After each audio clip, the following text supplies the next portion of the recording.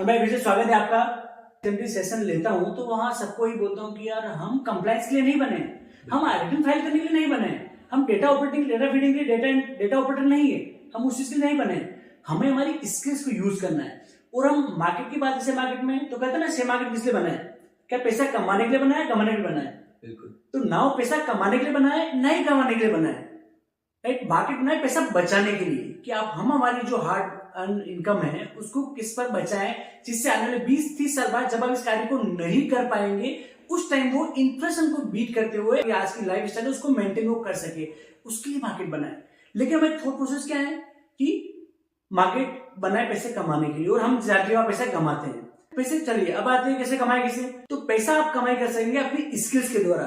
Like अगर आप CA हैं, आप इंजीनियर हैं, डॉक्टर हैं, तो हमारी स्किल्स से हम पैसा कमाएंगे। तो जब हम बात करते हैं स्किल्स की, तो जो चार्टर्ड अकाउंटेंट्स है वो अपनी स्किल्स का किस प्रकार यूज करें। आज जनरल प्रोफेशन में बोलते हैं कि यार वर्क नहीं बचा है, क्या हम ऑडिटिंग साइन हम करते तो इतने सारे ऑब्लिगेशन है, नफरा आ गया, ऊपर से इतने ऑब्लिगेशन है यार कि कितने फ्रॉड्स हम देख रहे हैं।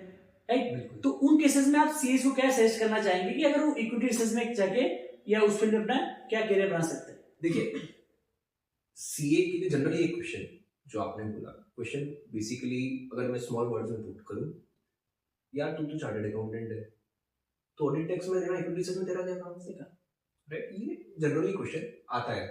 और जो भी सीए है या सीए की पढ़ाई कर रहा है, अब उसके लिए वाला जवाब है सिंपल।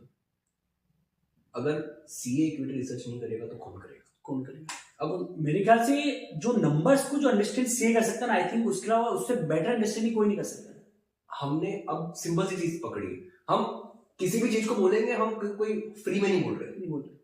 हर एक चीज के साथ लॉजिक की बात है कि आपका लॉजिक क्या है। आप अगर व्यूअर हैं, आप लॉजिक को समझेंगे तो आप खुद एग्री करेंगे। लॉजिक की सबसे बढ़िया मेंटालिटी निर्भीक जी पता है क्या है? कि मैं ब्लफ कर ही नहीं सकता। जो मैं बोल रहा हूं अगर लॉजिकल लग रहा है तो हाँ होना है, सिंपल सी बात है। जैसे अब आप हमने इक्विटी रिसर्च के बारे में बात करी, क्या बात करी? सबसे पहले बात करी प्रमोटर मैनेजमेंट की बात करी।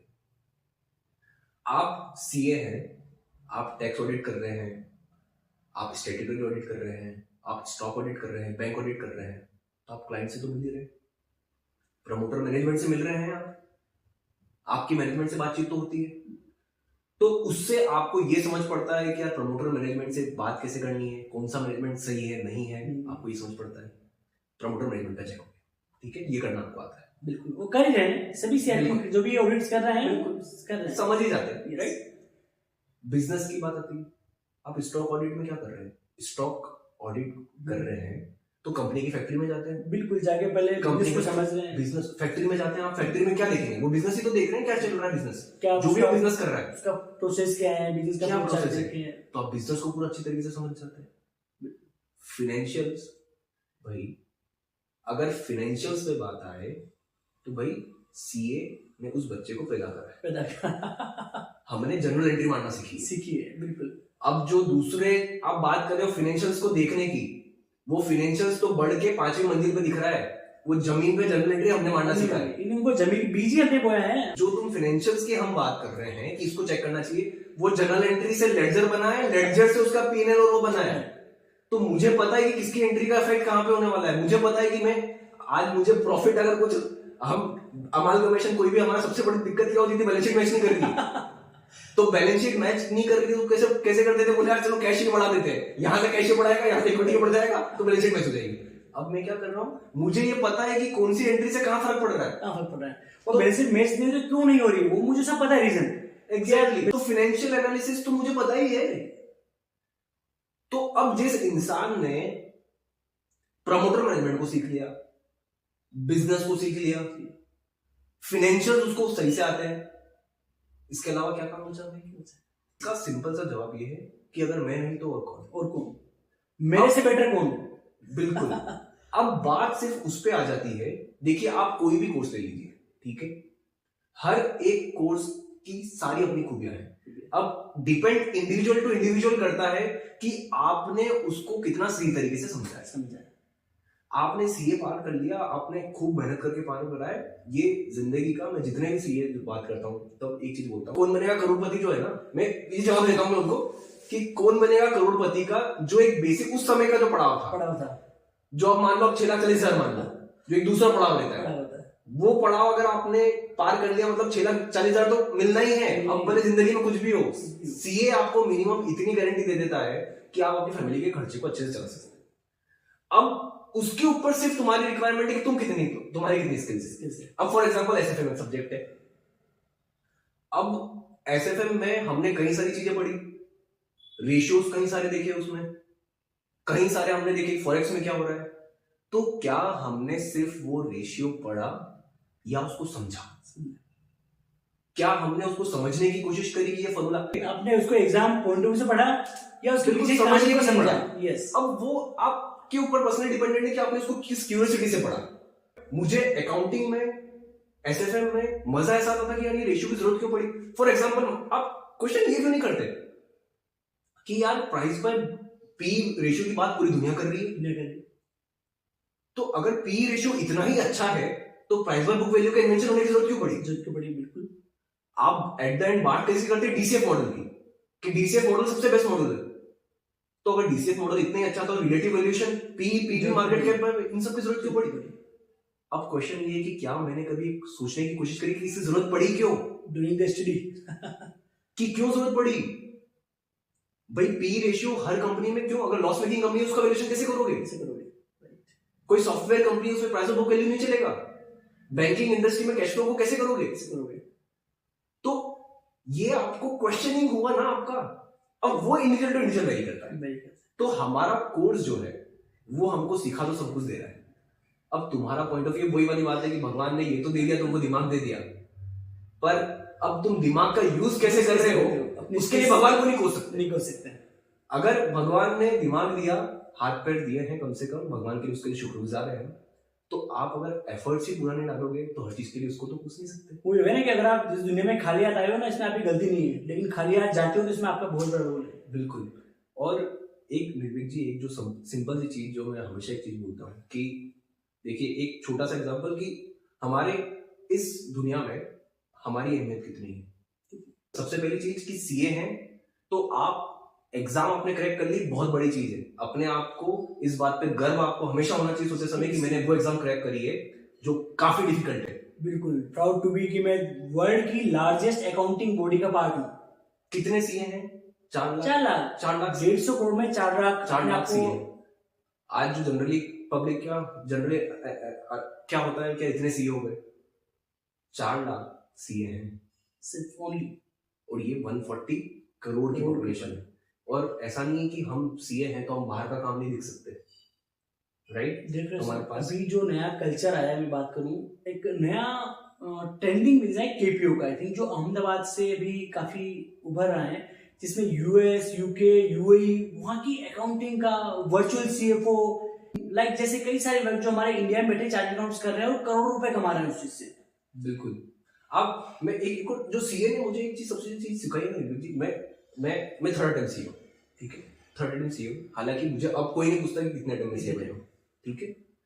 मैं अगर आपसे पूछूं या हमारे व्यूअर से पूछूं, राकेश झुंझुनवाला चार्टर्ड अकाउंटेंट कितने लोगों को पता है कि कितने अटेम्प्ट में बने? किसी को नहीं पता।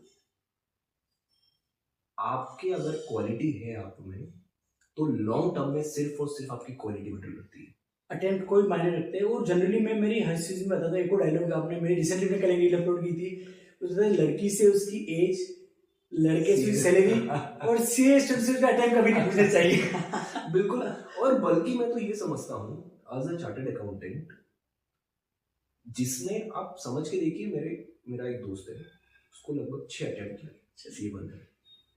आज जो निर्भीक जी आपका और मेरा कॉन्फिडेंस है ना, उससे 3 गुना उसका कॉन्फिडेंस है।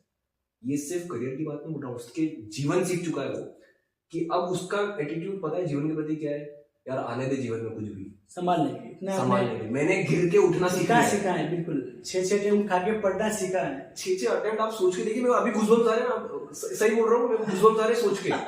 क्योंकि क्या है, आपको हर 6 महीने में कुछ तो कोर्स बदल रहा है। और ये चीज है ना, आप जो बता रहे हो, ये चीज वो स्टूडेंट फील कर सकता है जो सीए एग्जाम दे रहा है। बिल्कुल। ये जो फर्स्ट टाइम अपेयर होने वाला है या फोर्थ टाइम अपेयर होने वाला है, तो हमें इस चीज से हताश नहीं होना है कि हमें अटेम्प्ट नहीं किया। कोशिश पूरी करनी है हर अटेम्प्ट में कि हमको इसी अटेम्प्ट में पास होना है। पर अगर हम फेल हो गए तो आप इस बात को सोचिए कि उसका रीजन क्या था। आज मैं आपको एक फैक्ट बताता हूँ कि जब मैं सीए बनने के बाद जब 2.5 साल जॉब ढूंढ रहा था ना नैविक जी, कई कई जगह मुझे जॉब के लिए मना ही कर देते डायरेक्टली। कई इंटरव्यूज में मैंने कुछ बेसिक चीजों पे गलती कर दी जो मैं सोच भी नहीं सकता, इमेजिन भी नहीं कर सकता कि मैं वो गलती कैसे कर सकता हूँ। एक छोटा सा एग्जांपल बताता हूँ। मुझसे एक इंटरव्यू में ये पूछा गया था कि बोनस और स्प्लिट में दोनों में बैलेंस शीट में क्या इंपैक्ट होगा, बस ये बताओ। और मैं नहीं बता पाया, मैंने गलत बोल दिया।